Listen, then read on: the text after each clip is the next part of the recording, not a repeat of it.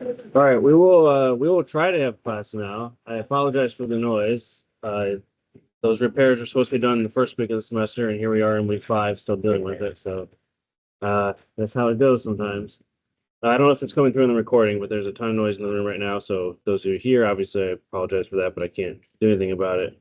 All right, so one thing I've been getting, so a couple things that have come up in a lot of recent questions that I've been getting. First of all, for the exam that just finished, that should be open for review as of this morning. You can go back into WebAssign and check your results just like you can for the homework assignments. That's only for a limited time. So um, if you want to check your results on your exam, I believe it's going to close up again on Monday, probably after Monday. So make sure you do it in the next 2 or 3 days if you want to have a chance to look at that. If you have any questions about your results, I'm happy to address those with you. Um, the other thing I've been getting a lot of questions about, and it's partly because of me procrastinating and not doing much about it, is well, the bonus point opportunities that we have in this class, and then there's also 2% of your grade that comes from communication and teamwork. Those are the bonus points part. I'm going to do in-class quizzes at some point, probably between 1 and 4, that will be sort of averaged together to give you the bonus. So you have to be here for that. I won't do them during the exam weeks because I know sometimes people have to miss class to take their exam, so I won't do it during exam weeks. But any other time, it's possible that I'll have one of those, and again, somewhere between 1 and 4 throughout the semester, depending on when it's convenient to set one of those up. Um, so for those, you have to be here. You'll get half of the credit for being here, and you'll get the full credit if you get the question right, which I won't intend to put a really difficult question, but just at least make sure you're paying attention. Um, and then from Let's see, the other ones were the communication and teamwork parts. That's a new requirement by the university that we just started in this course. So it's uh first time I've had to do it. I will figure out the details for that later on. Most likely the teamwork part will be some sort of group exercise in class, which I'll announce ahead of time. So you have to be here for that. That'll involve probably like working on a quiz as a group or something like that.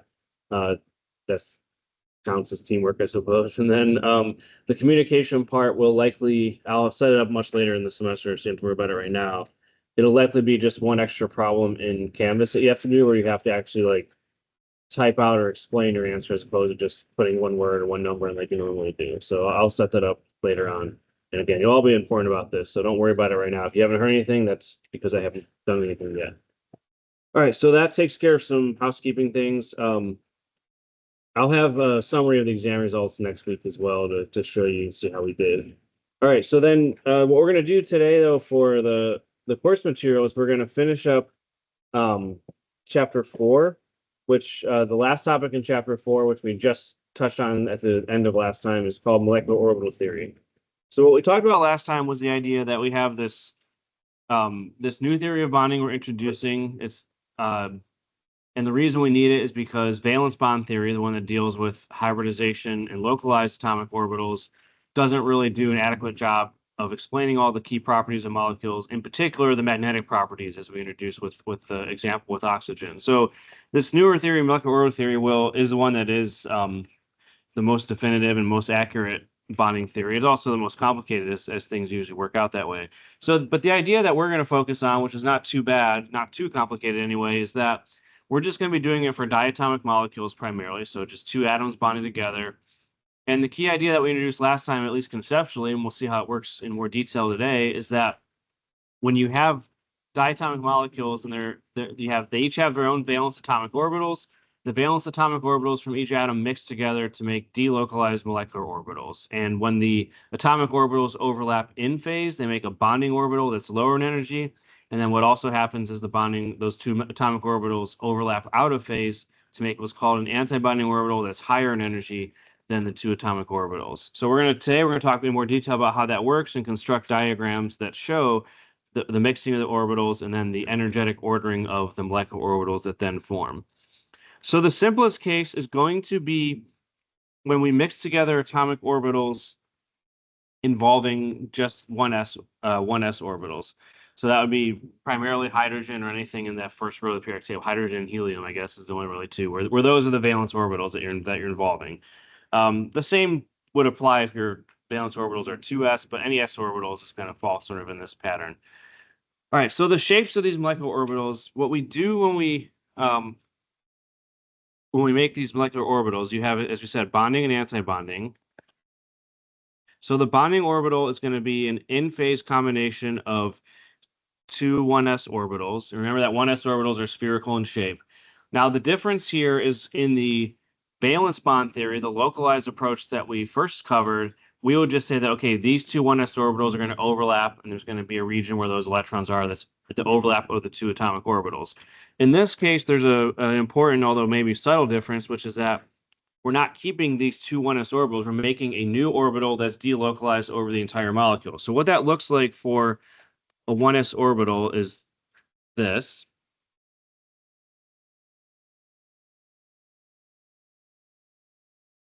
And so then what we get is a delocalized molecular orbital that looks something of this type here. So it's one orbital that includes both nuclei. Those are the little dots there, the nuclei. And the region in between is where the greatest electron density is. So you have electrons between the two nuclei that are now holding them together. But it's one single orbital. It's not two separate 1s orbitals anymore. It's a single molecular orbital that belongs to the entire diatomic molecule, likely in this case H2.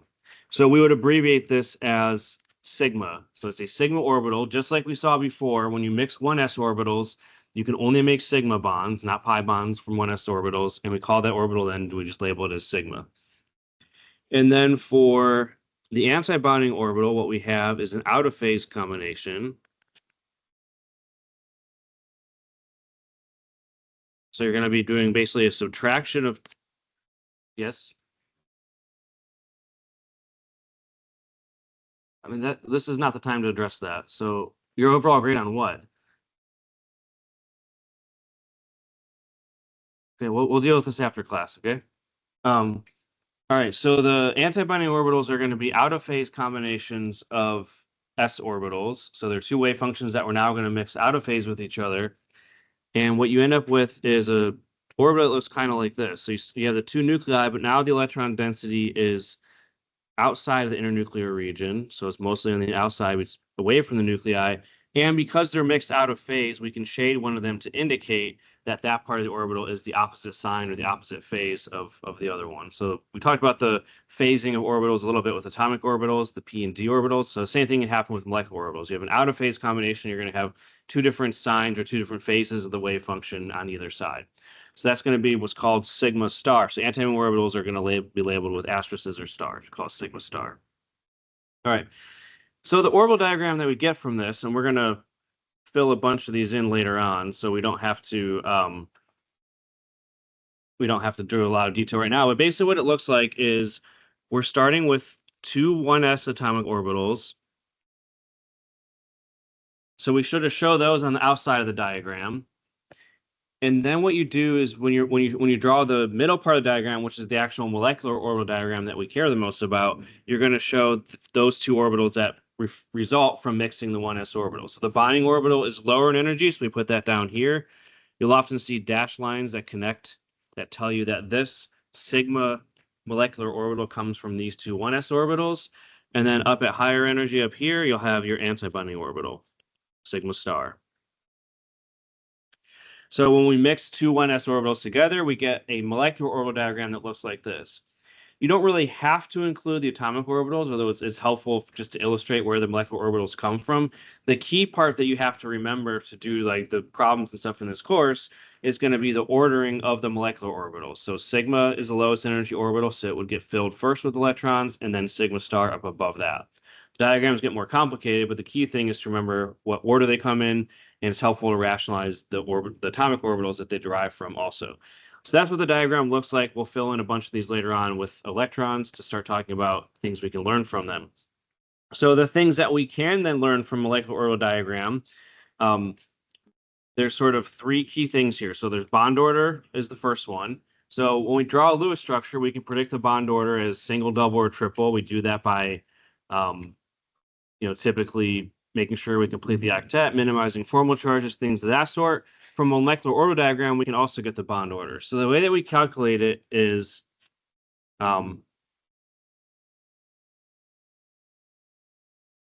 it's 1/2 times the number of bonding electrons, not the number of bonding orbitals, but the number of bonding electrons minus the number of antibonding electrons.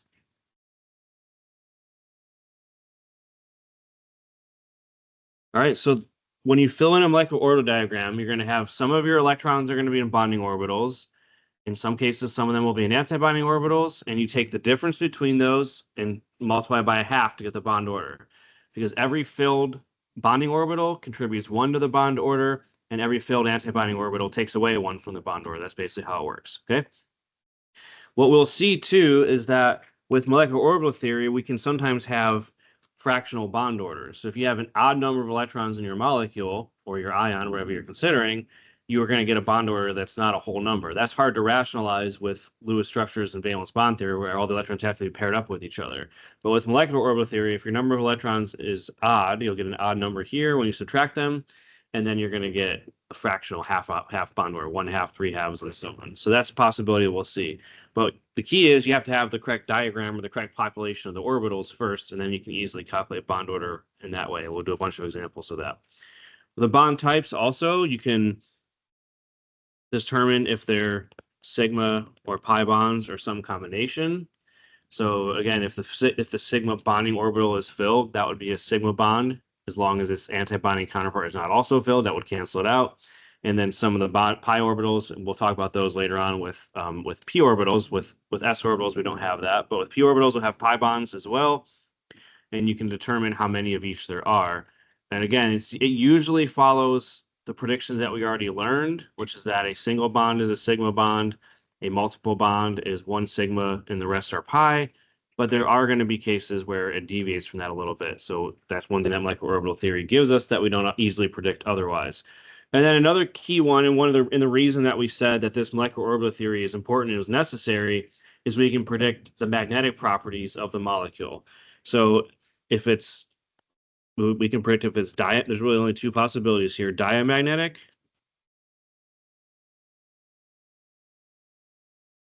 all electrons are paired, which means that every orbital is either doubly occupied or completely empty. There's no orbital that has just 1 electron in it. So that's what we mean by paired. Every electron has an opposite spin electron in the same orbital as it. So that would be diamagnetic, no unpaired electrons.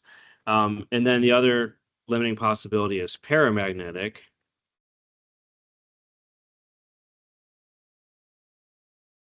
which would have 1 or more unpaired electrons.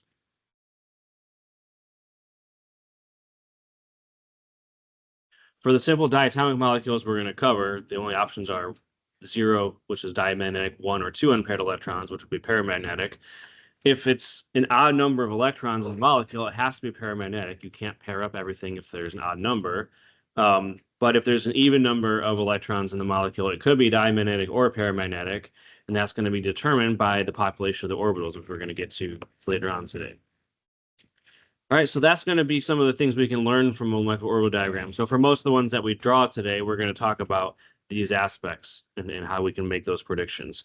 So again, we're going to start with the simple ones, though, which are the 1s orbitals. So let's do it for H2 plus and H2. So when we have diatomic molecules that involve hydrogen, the only valence orbital we have to consider is 1s. So we get this same simple diagram here, where we take 2 1s atomic orbitals, 1 from each hydrogen atom, and we make bonding and anti-bonding orbitals.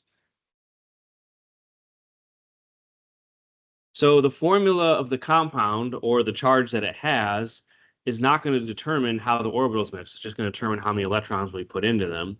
So when we have H2 plus, each hydrogen would have 1 electron. So there'd be 2 electrons if it was H2, but there's a positive charge, so we take 1 away. So H2 plus just has 1 electron. All right. So when we fill up these orbital diagrams with electrons, we're going to do it the same way we did atomic orbitals, following Aufbau principle, Hund's rule, where we start with the lowest energy orbitals, we fill those first, and we work our way up to higher and higher energy orbitals.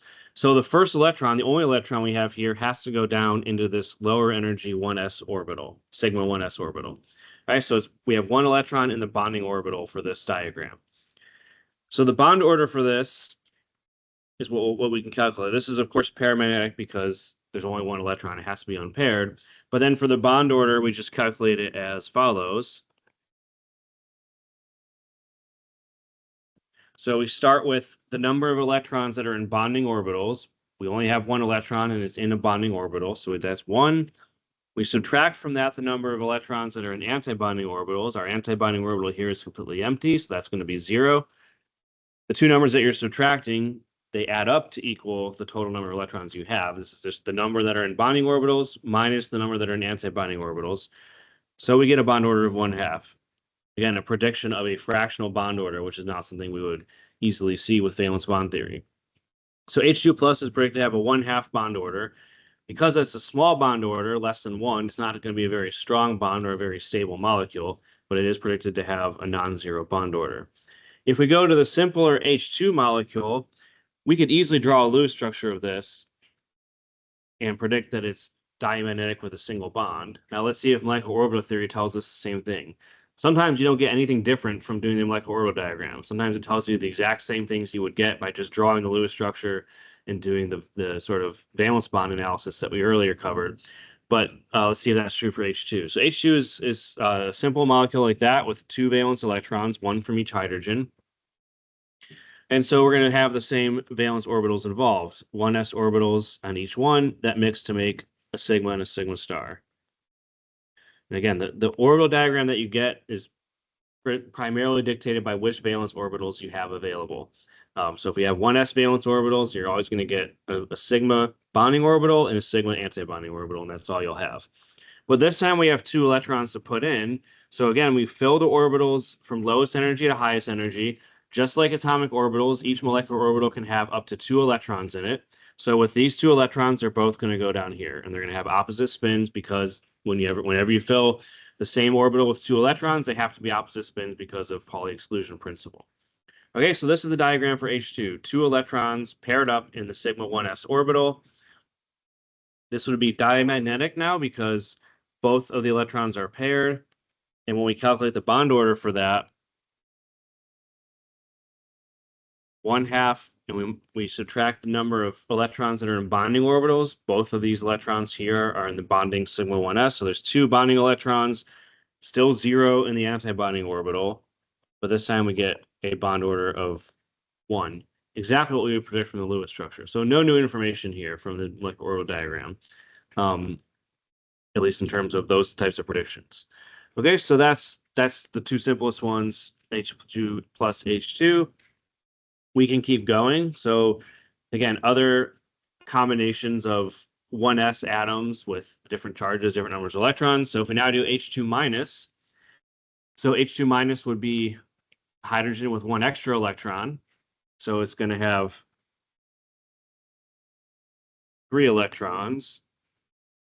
This diagram would be identical if it was He2 with a positive charge. So these would both be isoelectronics that have the same number of electrons. So the diagram could work for either one. But either way, it's a diatomic molecule with 1s orbitals only and 3 electrons to put in. So we're going to mix the orbitals the same exact way. It's going to start to get repetitive, where we have 2 1s orbitals making a bonding and antibonding. All right, but then this time we have 3 electrons to put in. And so with these 3 electrons, we're going to do the first 2 are going to go down here in the lower energy orbital, but there's still a third one that we have to put in. We can't put 3 electrons in the same orbital, so that one has to go up here. Either spin up or spin down, but conventionally we spin up first. So so that's what that diagram looks like. We've now put 1 electron into an antibonding orbital. And so the bond order for this is paramagnetic. Anytime you have odd number of electrons, it has to be paramagnetic. And the bond order will then be, we have 3 total electrons. 2 of them are in the bonding orbital, so that's the first number we put in here. We subtract the number of electrons that are in the antibonding orbital. This time there is 1 up there, so we subtract a 1. And we're back to another one that has a bond order of 1/2. So we've filled our bonding orbital with 2 electrons, but we've partially canceled out that bond by also putting 1 more up in the antibonding orbital. So we always just fill at lowest to highest energy, but then the combination of orbitals that we have filled is going to dictate the bond order that we would have. All right, and then finally, the last one we're going to consider is dihelium, He2. Now, we've learned a little bit about the noble gases in this class. Helium is the first noble gas there in that last column of the periodic table.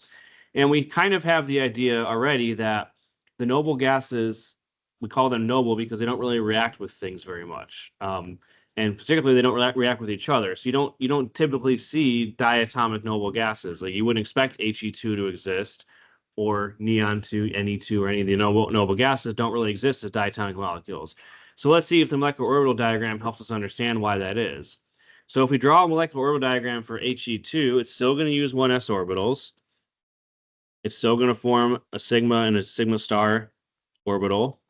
We put the little subscripts here, 1s. Sometimes I leave them out by accident, but 1s just tells us that it comes from 1s orbitals. You don't have to have that. But then what we're going to put in this case for He2 is a total of 4 electrons. Helium has 2 electrons, it's atomic number 2. So there's going to be a total of 4 when it's dihelium He2. All right, so when we do that, we have to put the first 2 electrons into sigma 1s, and then the second 2, 3, and 4 go up here. So we've filled our bonding and our anti-bonding orbitals. That would tell us, at least sort of offhand, that means we don't really have a bond because our bonding orbital is totally canceled out by the anti-bonding orbital. They're both filled. And if we calculate a bond order for that, that's exactly what we'll see. So if we calculate the bond order for this molecule, 1/2, we have 2 electrons in bonding orbitals, but we also have 2 up here in the anti-bonding orbital. So we get a bond order of 0. Now, what does a bond order of 0 mean? It means that the molecule doesn't exist. There is no bond between those 2 atoms, as we would have predicted based on it being a noble gas. So if you ever calculate a bond order of 0, that means that that molecule is not stable, just simply doesn't exist. So you can predict that, but you would not actually observe 2 helium atoms bonded to each other because their bond order would be 0.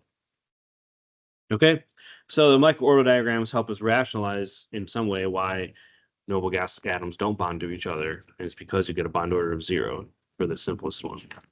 All right, any questions on those simpler orbital diagrams that just involve 1s orbitals? Yeah, over here.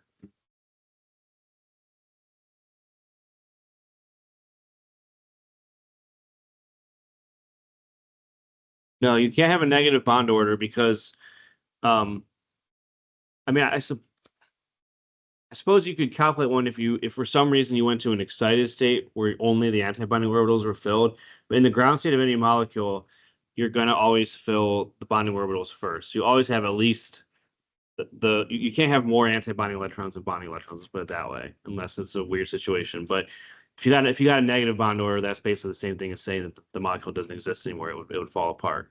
But in the ground state, which is 99% of what we're going to consider, you always fill the bonding orbitals first, and you always have equal numbers of bonding and anti-bonding orbitals. So you'll never have a situation where there's more anti-bonding electrons than bonding electrons. That's just physically impossible.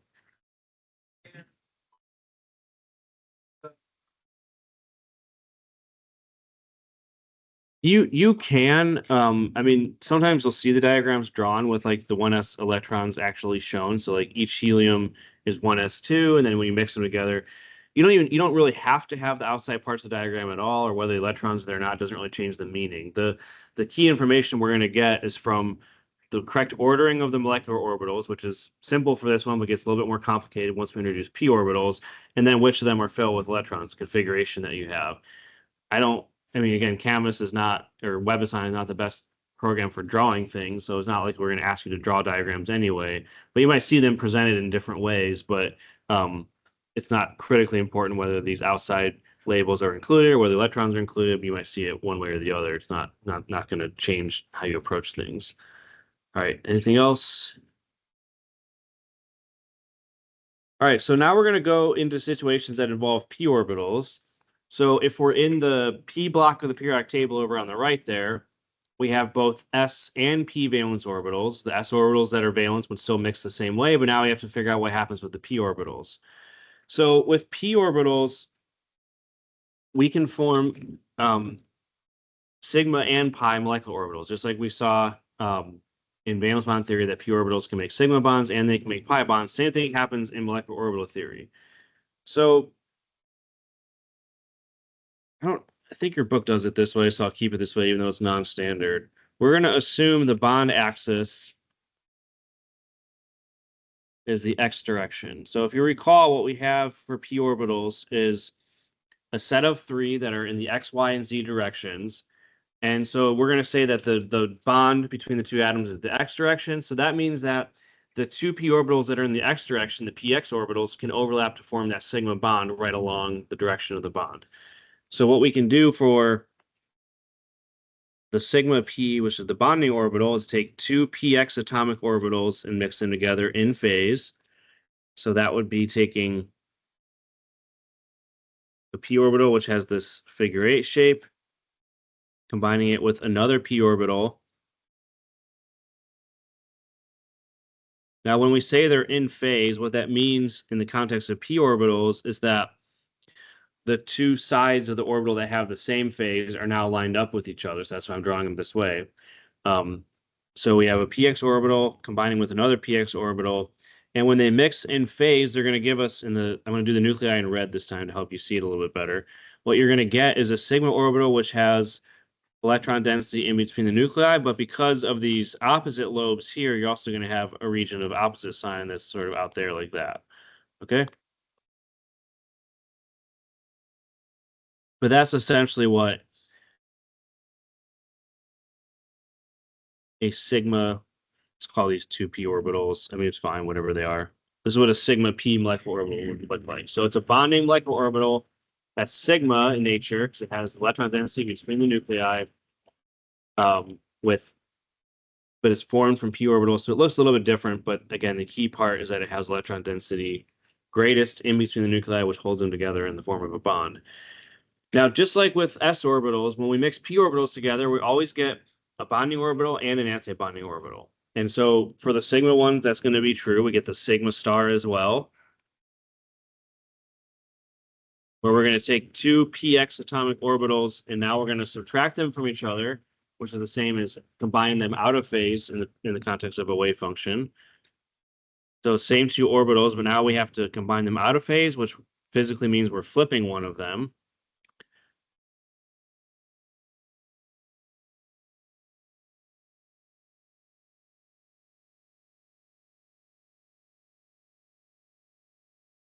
So if we flip one of these orbitals over, what's going to happen is that the shaded lobe here is going to be lined up with the unshaded. That means the two parts of the wave function that are opposite in phase are going to be the ones that are overlapping with each other, which means it's going to be considered out of phase overlap. And so what the orbital looks like, it's a little bit more complicated in terms of how it looks, but you're going to get basically this sort of picture here. Nuclei there and there. And then because we're mixing the opposite phases together, you have opposite phases sort of pointing at each other and away from each other as well, but then you have a node in between. So this, so anti-binding orbitals tend to have a node in between the two nuclei. And so that's the region where the phase changes, is what we see here, going from unshaded to shaded. I don't think the pictures of the orbitals are going to be the critically important part, but understanding a little bit what they look like is helpful. So this is called a sigma star. Like orbital, the subscript p tells us that it comes from p atomic orbitals.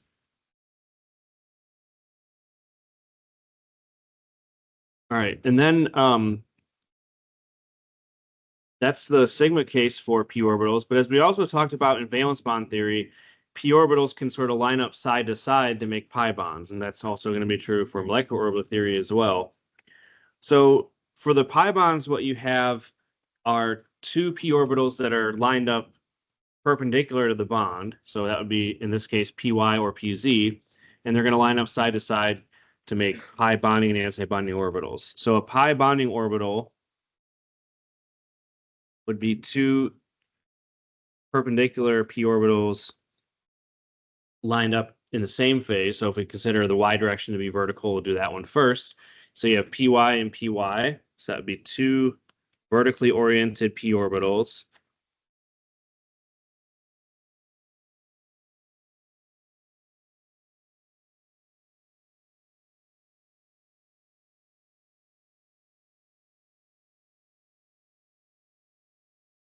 So we're mixing two py orbitals together. And again, we're putting the same phases lined up with each other above and below the bond. So that what you end up getting is a delocalized pi orbital that looks like this, where you have in-phase overlap above the nucleus with the unshaded color as I've sort of indicated here, and then in-phase below with the opposite sign. So it's going to look kind of like this. So you have electron density above and below the bond axis, which would be that axis there. Okay, so that's what a pi bonding orbital would look like. Again, it's in-phase overlap of two p orbitals, but this time side-to-side overlap, not head-to-head. So you get a pi molecular orbital where the electron density is above and below. Because we have the bonding orbitals from that, we can also get the anti-bonding as well. So they always go together. You can't have one without the other. So now we're going to take two py orbitals and combine them out of phase. And from the standpoint of the pictures that we draw,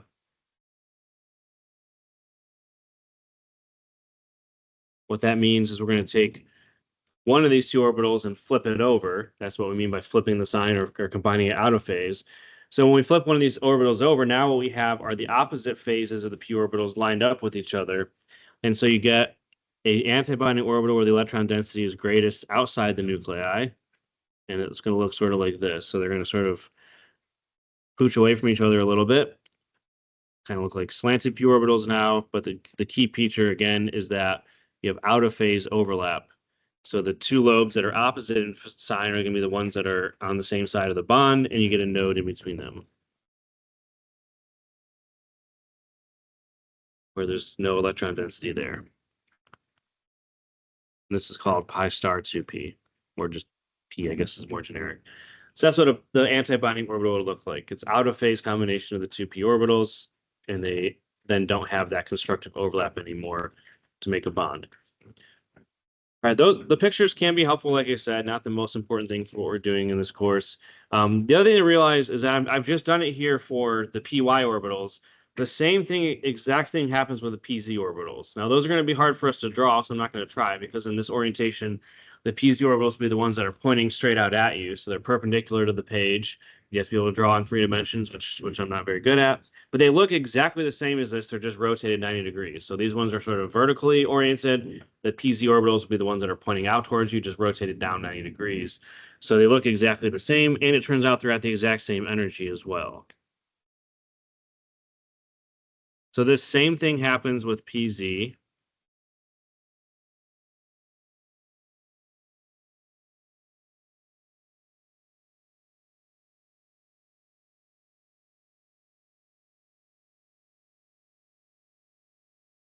And so what ends up happening is when you form pi molecular orbitals from these p orbitals, you get a degenerate pair of bonding and anti-bonding orbitals.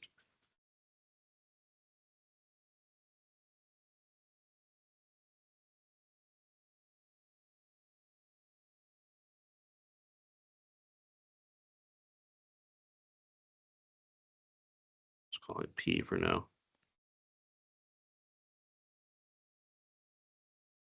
All right, so what happens is py and pz overlap in phase to make two pi bonding orbitals that end up being at the exact same energy as each other.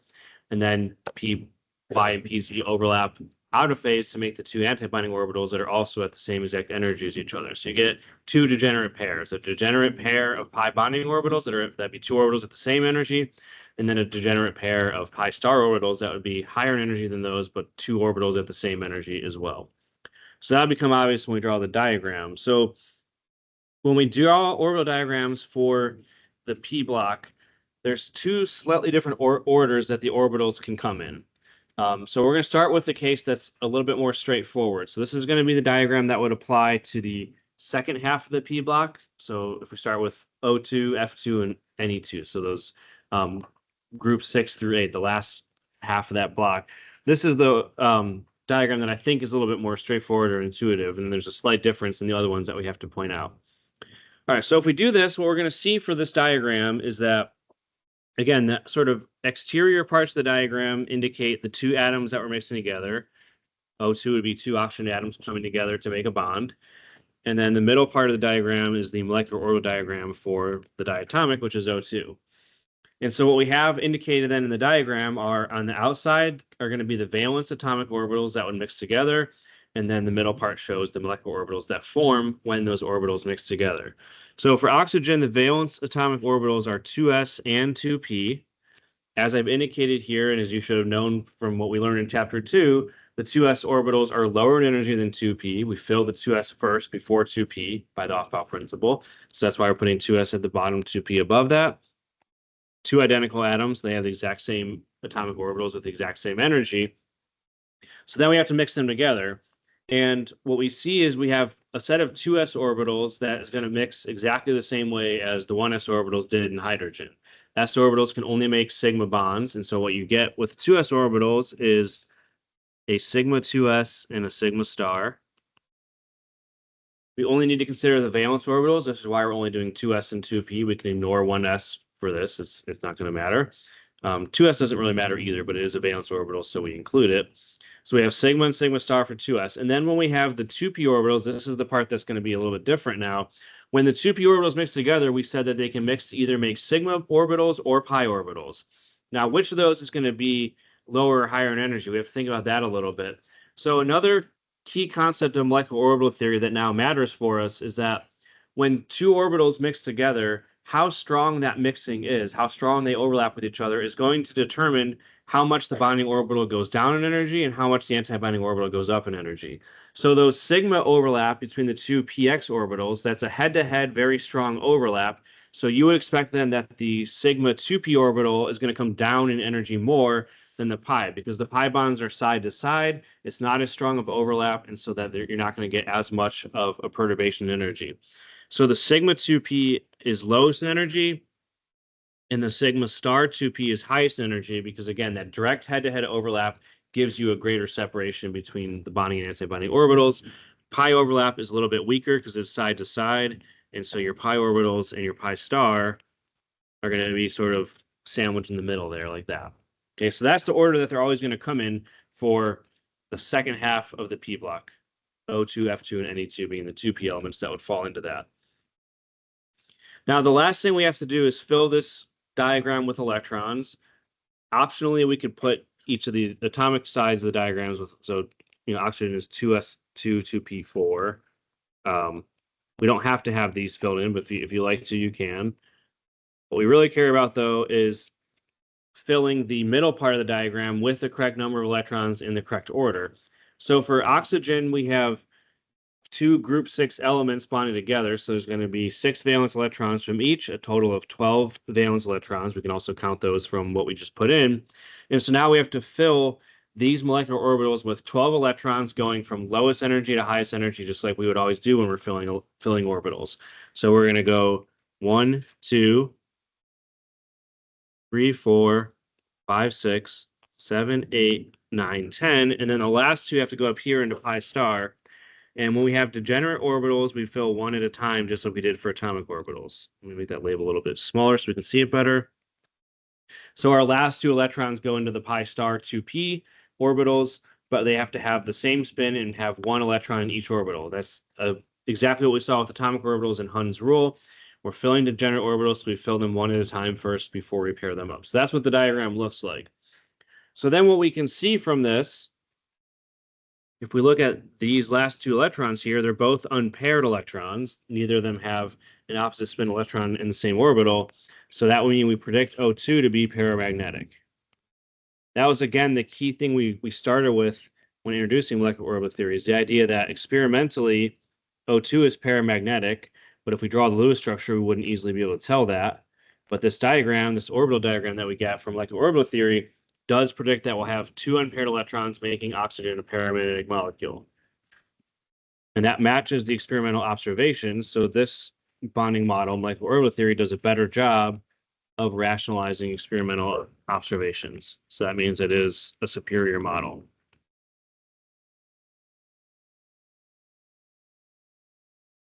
So the other thing that we would predict from the Lewis structure of O2 is that it has a bond order of 2. We drew that last time. And let's see if that matches the molecular order diagram as well. So the bond order for O2 would be 1/2 and then same exact equation. We take the number of electrons that are in bonding orbitals and subtract the number of electrons that are in anti-bonding orbitals. So if we count the electrons that are in bonding orbitals, we have 2 down here that are in the sigma 2s. And then we have 4, 6, 8. So 8 of our 12 electrons are in bonding orbitals. All the bonding orbitals are filled. So these 2, 4, 6, 8 are all in bonding orbitals. So there's 8 electrons in bonding orbitals. There's 12 total, so that means the other 4 should be anti-bonding. And we see that there's these 2 that are in sigma star 2s. That's 2 bonding anti-bonding electrons. And then 2 up here in the pi star 2p. So a total of 4 anti-bonding electrons. So 8 minus 4 is 4. 1/2 of that is 2. So we still predict from molecular orbit theory that you would get a double bond. Typically speaking, you're never going to really see a situation where molecular orbital theory and the Lewis structure give you different bond orders for these simple diatomic molecules. The key difference with molecular orbital theory, which we'll see in some cases, is that we can easily predict and rationalize fractional bond orders of 1/2, 3/2, and so on. And in some weird molecules, it'd be hard to draw a Lewis structure of them, but we can use the orbital diagram to make predictions about their bonding. That's in some cases easier to do than trying to draw a bizarre Lewis structure for some of these. All right, so that's going to be the case. So O2 is predicted to be paramagnetic and has a bond order of 2. So when we're doing molecular orbital diagrams then for the 2p elements, they're all going to look like this if we're talking about the second half of the p block. And we just fill them with different numbers of electrons. So if we go just one over, which is F2, fluorine, it's going to have the same exact valence orbitals, 2s and 2p. And then what we're going to have here is the same exact molecular orbitals as well. Sigma and sigma star from the 2s orbitals, and then both sigma and pi molecular orbitals from 2p. I'll label them to the side to give us a little bit more room here. So this is sigma and pi bonding orbitals that are lower in energy than the atomic orbitals, and this is going to be, sorry, that's pi first, pi and sigma star, the anti-bonding orbitals that are higher in energy.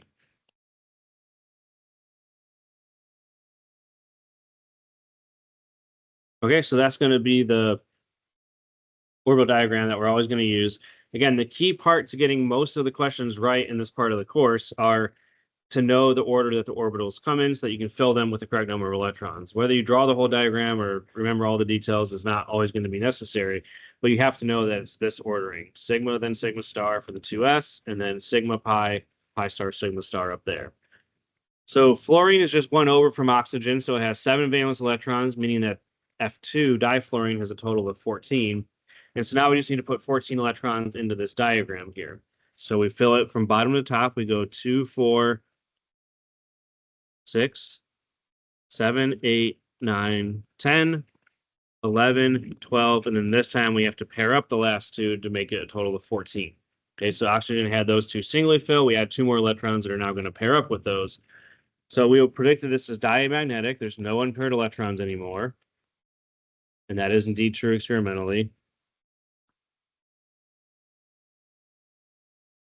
The bond order of fluorine. Now we have to count how many electrons are bonding and anti-bonding for this one. All 4 of our bonding orbitals are filled. 2, 4, 6, 8 bonding electrons. And that means there should be 6 more that are anti-bonding. We have these 2 in sigma star, and then 4 more up here in pi star. So a total of 6 electrons in anti-bonding orbitals. 1/2 times 8 minus 6 is a bond order of 1. Now, sometimes when you do problems in your homework assignments or exams, the way that they'll kind of be expecting the answer format is to give the electron configuration from the molecular orbital diagram. So we can also write that out the same way that we would write out an electron configuration for atomic orbitals, where you just list each energy level and how many electrons it would have in it. So the way that would look for this one would be, we start with sigma 2s. That has 2 electrons. Sigma star 2s has 2 electrons. And then we have sigma 2p has 2 electrons in it. Our pi 2p, which is technically 2 orbitals but 1 energy level, has a total of 4 electrons. And then our pi star 2p, also 2 orbitals that are doubly filled, so 4 electrons. So that would be one way of writing out the electron configuration of fluorine. That's some of the ways you'll see the answer formats on assessments will look like this, where you don't actually have to draw the diagram or put it in vertical orientation of energy ordering.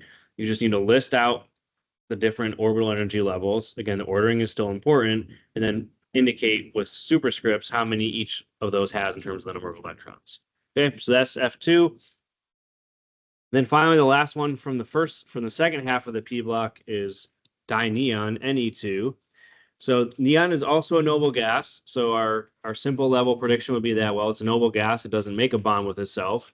Let's see if that's true from the diagram. So now we have 16 electrons to put in because we're 2 group 8 elements. Same exact orbitals. I should start filling in these labels so I don't have to spend as much time doing it by hand, but it's good to get used to it. So sigma and sigma star from the 2s.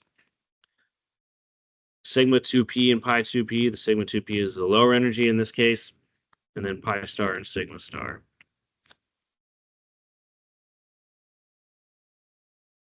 So this time we have 16 electrons to put in. So we're going to go 1, 2, 3, 4, 5, 6, 7, 8, 9, 10, 11, 12, 13, 14, 15, 16. So all of the orbitals end up being filled in this case. There's 16 electrons. There's a total of 8 orbitals. They all get filled. 2, 4, 6, 8, 10, 12, 14, 16. So just like we saw for dihelium, when we calculate the bond order for this, it tells us that the molecule is not stable. Of our 16 electrons, we still have all 4 of our bonding orbitals filled. So there's 8 electrons that are in bonding orbitals. But now we also have all 4 of our anti-bonding orbitals filled. So sigma star, pi star, and sigma star are all filled with a total of 8 electrons. 8 minus 8 is 0. Bond order of 0 tells us that it's unstable.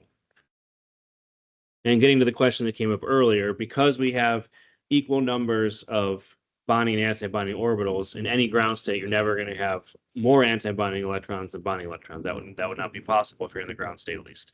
So this is the limiting case where this ground state, you have equal numbers, which means you predict that it doesn't really exist.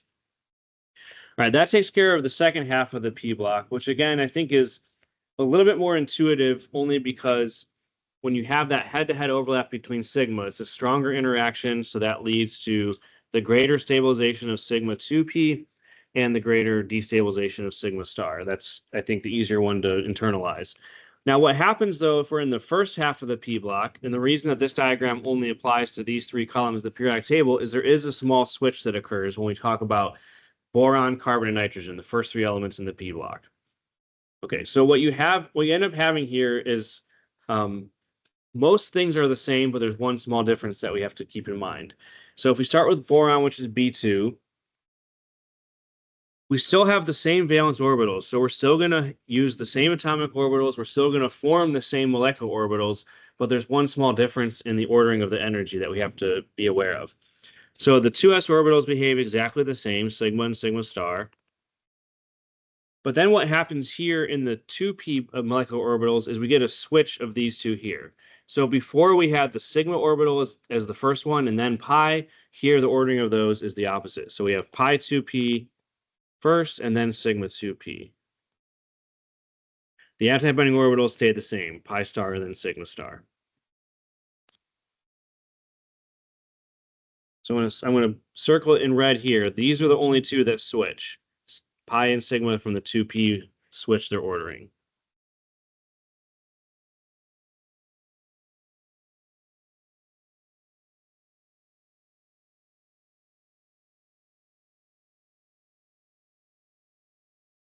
Again, for the first half of the P block, B2, C2, and N2, which are the elements that have P1 through P3 valence electron configurations. You would also make the same prediction about anything below those in the same column, but we're mostly going to focus on the 2p elements in our discussion. Okay, but these are the 2 that switch their order. Now, why that happens is complicated. So if you don't fully understand the explanation I'm going to give, it's okay. But basically, the reality is that when we're mixing together orbitals to make molecular orbitals, there's not really a limitation that only s orbitals can mix with other s orbitals, only p orbitals can mix with other p orbitals. Any orbital that's sigma can mix together with other orbitals that are sigma, and any orbital that's pi can mix together with other orbitals that are pi. So what happens in this first half of the P block is that the energy gap between the 2s and 2p orbitals is smaller. So in this sigma level here, the sigma that we call 2p, it actually has some contribution from the 2s that's kind of pushing it up in energy a little bit. There's what we call sp mixing. So basically in this first half of the p block, the s and p orbitals are closer together. So your sigma orbitals are no longer purely 2s or 2p. They actually have some mixed character, where this one in particular has a significant amount of contribution from the 2s orbitals that ends up pushing it up in energy a little bit from where it would be if it was a pure 2p. So again, the explanation is kind of complicated, so it's not something you have to fully internalize, but that's why it happens. It's not random. It's because of the closer spacing between the 2s and 2p atomic orbitals that makes the mixing more complicated and changes the order a little bit. But once we then have the correct ordering of orbitals, everything else is the same. We just have to put the right number of electrons into it and then predict the magnetism and the bond order primarily is what we'll be doing. So for B2, we have 6 valence electrons. Boron is in the third group there. So it has 3 valence electrons for each atom, total of 6. And so what we're going to do is put 6 in here. 2, 4, and then we would predict that the last 2 would have to go into these pi orbitals individually filled to follow Hund's rule. 2 singly filled orbitals with the same spin for the electrons. So that's what you end up getting. So we would predict that it's paramagnetic.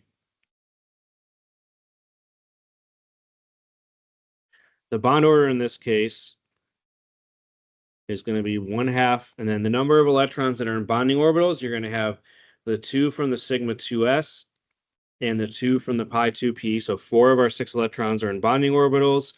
These 2 in sigma 2s are anti-bonding, so we subtract 2 from that, and we get a bond order of 1. But if we look closely at the configuration of this compound here, it's a single bond, which normally in valence bond theory, we say, okay, that's a sigma bond. But if we look closely at the configuration, we have sigma 2s2, sigma star 2s2, and then pi 2p2. So what we end up seeing is that this sigma bonding orbital is completely canceled out by sigma star. So even though this is a single bond, the filled bonding orbital is going to end up being a pi orbital. So actually we would predict that this is a pi bond, even though it's a single bond. Again, that is something that deviates from valence bond theory, where in valence bond theory, we would assume that if it's a single bond, it has to be a sigma, but in this case, it's a bond order of 1, single bond, but it's actually a pi bond, because that's the only orbital that's filled. These 2 cancel each other out. So that's something that's a little bit different than about this. Now, when you're doing these diagrams, I would say in general, it is important to remember to switch the order of these 2 for those 3 elements, boron, carbon, nitrogen. If you forget to do that, you'll still get the right bond order, but you'll be possibly wrong in terms of the magnetism in some cases. So here, if we had the wrong order, we would predict that it's diamagnetic, but it is in fact paramagnetic. And if we ask you about the bond type, which we don't commonly do, but we could, if we ask you if it's a sigma bond or a pi bond, having these in the correct order is important for that as well. So getting the order right is going to not matter for the bond order, because they're both bonding orbitals that we're switching. So they're both going to have the same number of electrons total. That's what we care about. But in terms of getting the magnetism correct, you need to have those in the right order. And this is one of the examples too, where if you tried to draw a Lewis structure for B2, you would probably fumble around for a while, because you can't complete the octet because there's only 6 electrons total. And so how do we go about drawing a structure of something that only has 6 electrons? Is it a single bond? Is it a pi bond? How many of those electrons are lone pairs? You would get stuck, I think, trying to draw a good Lewis structure for this. But with the molecular orbital diagram, we can predict the bond order. We can predict what type of bond it is. All that information comes out of there. Okay, so now we're going to go on to the other 2 that are right next to it, carbon and nitrogen. So for C2, we just have 2 more electrons. Carbon is group 4, so C2 would have a total of 8 valence electrons. Same exact diagram as the previous one, 2s and 2p orbitals that we consider. Nothing changes with 2s, just sigma and sigma star all the time. But then what we get here for the 2p, again, is the pi coming first instead of sigma for this part of the periodic table. So pi 2p, then sigma. That's the one key thing you have to remember that's a little bit tricky here. That ordering does switch. And then pi star and sigma star. All right. So now we just have to put 8 electrons into here. So we go 2, 4, 6, and then 8. So we're going to fill up both of the pi orbitals this time.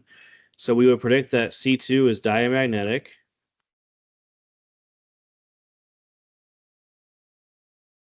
With a configuration of sigma 2s2, sigma star 2s2, pi 2p4. You have a total of 4 electrons in those 2 pi orbitals. Bond order for this would then be, we have 2 plus 4 is 6 electrons in bonding orbitals. Those 2 there and those 4 there are all in bonding orbitals. So 6 in bonding orbitals, still the 2 sigma star electrons that we subtract out. So we get a bond order of 2 for this. So this is predicted to be a double bond with a bond order of 2. But again, it's different than we would expect from valence bond theory, because in this double bond configuration, we again have the sigma bonding orbital and sigma antibonding orbital canceling each other out. So there's no net sigma bond, but we have 2 filled pi orbitals. So what we would predict is that this is a double bond, but it's not any sigma bonds involved, but instead it's just 2 pi bonds. Not something, again, that we would predict from valence bond theory. Valence bond theory would always say that, oh, it's a double bond, it's one of each, 1 sigma, 1 pi. But for molecular orbital theory, we see that the prediction is that we actually get 2 pi bonds between C2. And this is another one, just like B2, where drawing the Lewis structure would be challenging. You probably wouldn't get one that looks very satisfying, and predicting the bond order, predicting the type of bond would not be straightforward in that case. So the molecular orbital diagram gives us all of that. All right, the last one that I'll do, and then I'll pause for questions after that, is N2. That's what we'll do for this section. So for N2, what we have is now 10 valence electrons. And to let the cat out of the bag a little bit earlier, this is one where we'll see that there's no differences in the predictions from the orbital diagram or the Lewis structure. So if you drew the Lewis structure for N2, you would get pretty easily, I think, to complete the octet, you need a triple bond between them, 1 lone pair on each nitrogen, and triple bonds, and diamagnetic as well. So we'll see that here that the orbital diagram doesn't really give us anything different than that. So what we end up getting then from this is the same exact diagram for this one, 2s and 2p valence orbitals.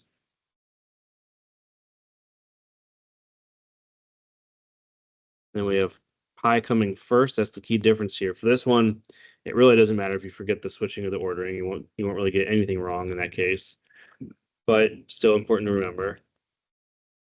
And that's going to be the antibonding up top, but nothing ever changes with those. So we have a total of 10 valence electrons to put in. So we're going to get 1, 2, 3, 4, 5, 6, 7, 8, 9, and 10. So we've filled up all these p bonding orbitals, leaving the antibonding orbitals completely untouched. And so the predictions for this are that it's diamagnetic. If you remember the YouTube video that I started with in this section, liquid nitrogen, they didn't spend as much time on it, but liquid nitrogen went straight through the magnets, meaning that it was diamagnetic. So that's matching the experimental observation. We predicted it would be a triple bond from the Lewis structure. Let's see if that's what we get from the molecular orbital diagram. So of these 10 electrons, we now have 8 of them are in bonding orbitals. All 4 of our bonding orbitals are filled, 2, 4, 6, and 8. And then we have just these 2 electrons here in sigma star 2s that are anti-bonding. So A minus 2 is 6, half of that is 3. So we do predict that it's a triple bond, as the Lewis structure would have also given us. And the configuration for this one would be sigma 2s2, sigma star 2s2, pi 2p4, sigma 2p4. Now, what this also shows us is that the prediction that we get both from valence bond theory, but also from this as well, is that you can never have a bond order greater than 3. And that hopefully is obvious now, because what we have here is that you have to fill, before you can start filling up all these 2p bonding orbitals, you have to fill up this sigma star 2s. And so basically, you're never going to have a net bond order more than 3 in the ground state, because you're always going to have at least 2 of these anti-bonding electrons here. You're never going to have more than 8 bonding electrons. So this is sort of the maximum bond order that you can get. All right, so that's going to be an example of N2. Now, the last thing we're going to just do one more example of is, again, the idea that we can deal with situations where you have odd number of electrons and sometimes bond orders that are not whole numbers either. That can be a 1/2 or 3/2. So if you have an ion or a diatomic molecule that has an odd number of electrons, the only time you can have that if it's either 2 different atoms bonded together, so like N and O would give you an odd number of electrons, or if it has a charge associated with it. If it's two of the same atom bonded together, it has to be an even number of electrons because it's 2 times whatever the valence is, and that has to be even. But you can have odd number of electrons if you have charges involved, or if we have 2 different atoms, as I said. So for N2 plus, it's just N2, but taking away 1 electron. So we had 10 electrons for N2. That means this cation would have 9 electrons. So if you're doing problems on the assessments, a couple of things that can help you to remember is that, first of all, if there's an odd number of electrons, it has to be paramagnetic. There's no other way around it, right? So if it's just asking you, is this diamagnetic or paramagnetic? If the number of electrons is odd, just choose paramagnetic and be done with it. Don't even have to draw the whole diagram to figure that out. There's no way of pairing up all the electrons if there's an odd number. But then the other thing that's also true about anything that has an odd number of electrons is it has to have a fractional bond order. It has to be either 1/2 or 3/2, or I guess you could have 5/2 as well. That'd be the highest you could get. So it has to be some fractional bond order. So if it's a multiple choice question and it's asking you about something with an odd number of electrons, you can eliminate the choices that are whole numbers, right? It has to be something over 2. Now, getting the exact number and getting other details, you still need to have a diagram, but some of those things you can easily tell just by the fact that it's odd number. So for this one here with 9 valence electrons using the same exact orbital diagram, because it's still nitrogen atoms involved, we'll assume that the ordering stays in that way with the pi coming before sigma up there.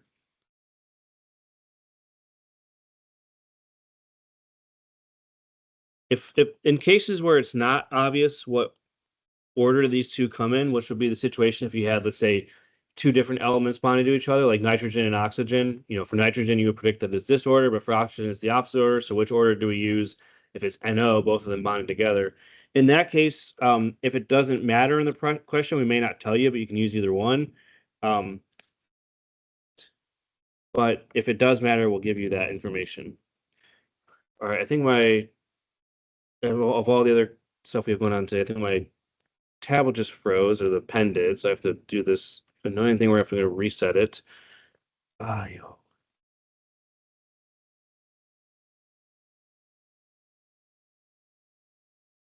we're gonna have a brief commercial break. I'll pause the recording so that if people watch it, they don't have a long gap in it. It's not too hard to complete. All right, this is gonna be a little bit disjointed because apparently when during the class today, my tablet froze. I had to reset everything, and then when I came back in, my sound was not coming through on Microsoft Teams, so the recording for the last few slides anyway doesn't have any audio to it. So I'm going to just go through these slides again, and I'll just splice this on to the end of the rest of the video. So it might be slightly different than what I did in class, but it'll give all the material reasonable treatment nonetheless. So where we left off when everything sort of crashed on us was we were completing this diagram here for N2+, which is an odd electron species, and one that we can easily handle now using molecular orbital theory. So we were in the process of labeling this orbital diagram, so it has the same exact ordering of molecular orbitals as you would find in any other of the 2p elements from the first half, so carbon, nitrogen, and boron. So we have the same set of orbitals here. And then now we just have to populate it with the correct number, which for N2+ is 9 valence electrons. 10 for N2, take 1 off because of the positive charge. That leaves 9. So we're going to go 1, 2, 3, 4, 5, 6, 7, 8, 9. So our last electron goes into sigma 2p, which is going to end up being singly filled. So the configuration for this would be sigma 2s2, that one's filled. Sigma star 2s2, that one is also filled. Both of these pi orbitals are filled, so pi 2p is going to be with 4 electrons. And then again, one last electron that goes into sigma 2p, so we end with sigma 2p1. So that's our 9 electrons. And we calculate the bond order for this. What we end up with is 1/2. 7 of our 9 electrons are in bonding orbitals. We have 2 down here from sigma 2s, 4, 6, and 7. We have these 2 from sigma star that are anti-bonding. 1/2 times 7 minus 2 is 5/2, or 2.5 if you like decimal numbers. All right, so that's going to be how we would calculate the bond order for that. It's clearly paramagnetic because it's an odd number of electrons, so it has to be. That one you don't really have to think about, but trying to get fractional bond orders and doing odd electron Lewis structures is difficult.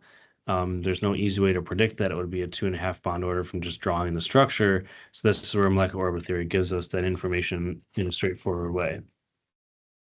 So the last thing we were going to cover here with molecular orbital theory is the idea of delocalization over much larger distances. So in a very detailed sense, the only types of orbital diagrams we're going to consider are those diatomic ones that we've been talking about today, where you just have two atoms, they combine to make a set of bonding and anti-bonding orbitals using their valence 2s and or 2p electrons.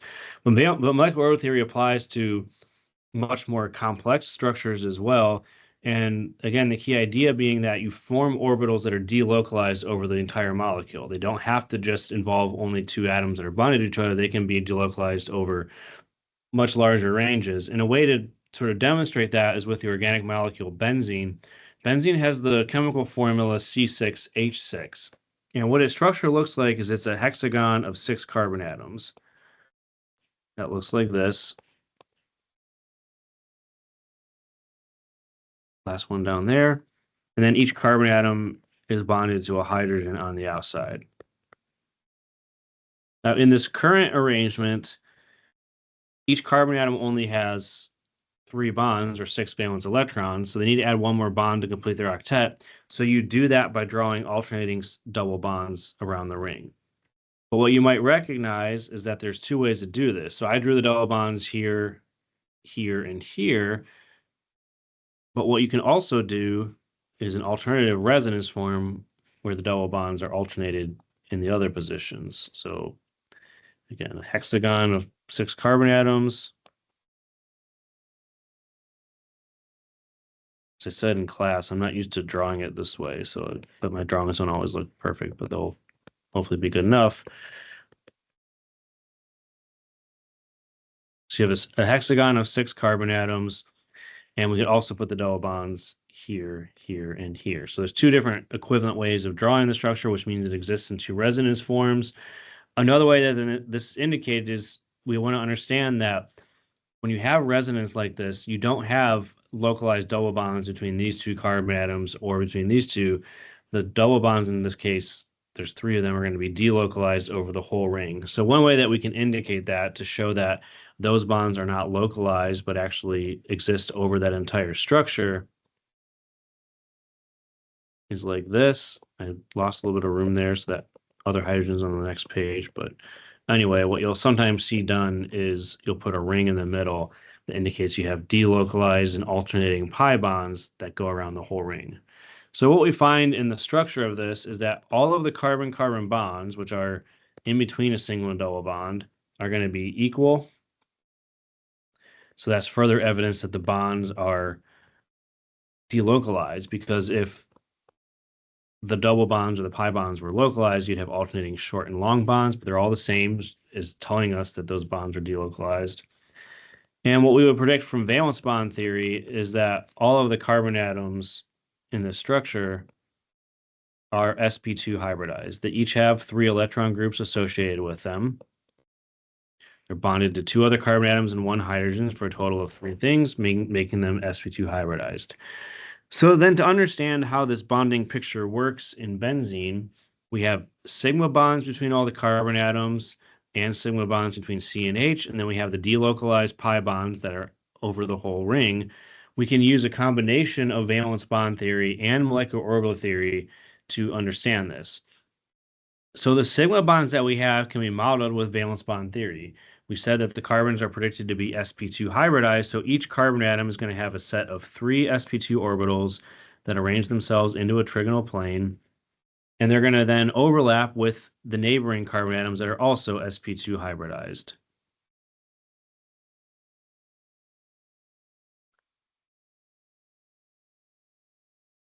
This is not the easiest thing to draw, but give me a second and I'll get there. So you have your ring of 6 carbon atoms. Each of them is sp2 hybridized.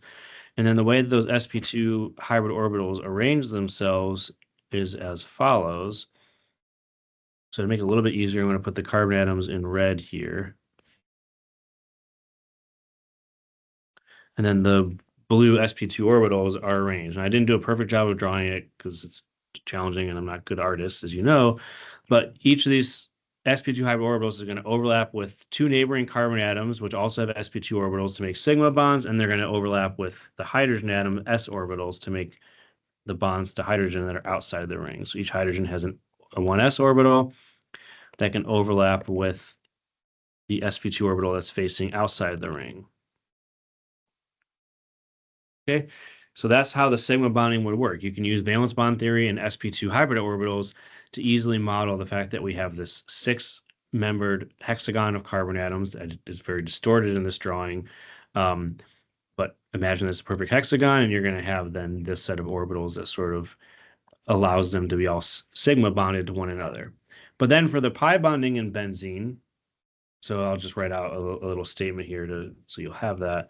The sigma bonds formed by overlap of sp2 orbitals on the carbon atoms, or the sp2 orbitals with 1s orbitals on hydrogen.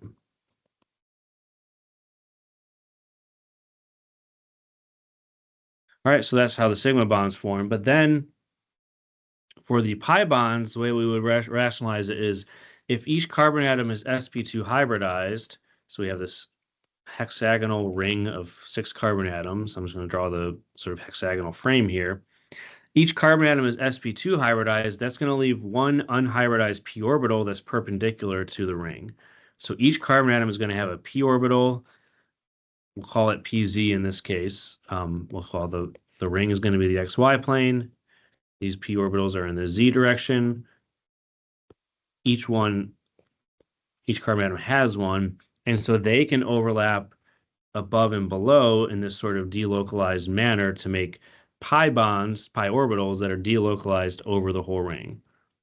So the picture on the right kind of shows the same thing where you have delocalized pi bonding above and below the plane of the ring. And that can be rationalized from molecular orbital theory where the p orbitals on carbon that are unhybridized, they all overlap with each other via linear combinations to make delocalized pi bonds. Now there's actually there's 6 pi orbitals, so there's going to be a set of 6 pi molecular orbitals. We're not going to go into all those details today. That's more advanced than this course can cover. But you're going to form these delocalized pi molecular orbitals using unhybridized 2pz orbitals. And the key thing about molecular orbital theory is you no longer have 6 individual p orbitals. What you have are delocalized pi orbitals that encompass the entire structure. All right. So again, that's a bit of a more advanced topic with molecular orbital theory where we can't go into all of the details, but it gives you an idea of how we can use molecular orbital theory to rationalize delocalization over much larger structures as well. All right. So again, I'm sort of adding this on to the end of the video. It's a little bit different than we did in class because of some technical difficulties, but now you have all the material we covered today in the same video, and the notes will align with this as well.